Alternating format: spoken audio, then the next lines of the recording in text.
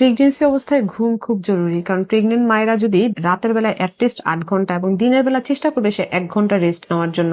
ঘুম আসুক আর না আসুক সে এই টাইমটা বিশ্রাম নিবে। অনেক মায়েরাই আছে যে দেখা যাচ্ছে যে তারা অনেক লেট নাইট করে ঘুমাচ্ছে। আবার অনেক সময় পর্যন্ত তারা ঘুম থেকে উঠছে না।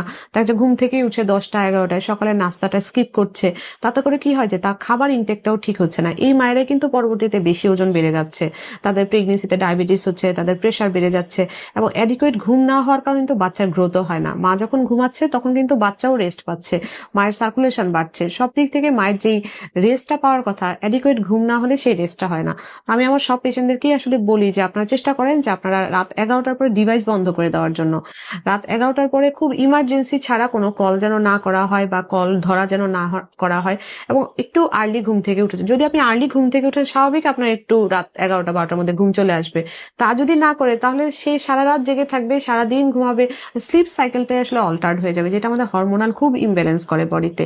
এটা গর্ভাবস্থায় যেমন জরুরি এটা কিন্তু ডেলিভারির পরেও জরুরি। কারণ ডেলিভারির পরে বাচ্চার স্লিপ সাইকেল আর মায়ের স্লিপ সাইকেল কিন্তু একরকম না। ডেলিভারির পরে বাচ্চারা দেখা যায় অনেক সময় ২০ ঘন্টা ২২ ঘন্টাও ঘুমায় থাকতেছে। আবার বাচ্চা যখন উঠতেছে একটু পরপরই মায়ের মনে হচ্ছে যে আমার বাচ্চা খাবে।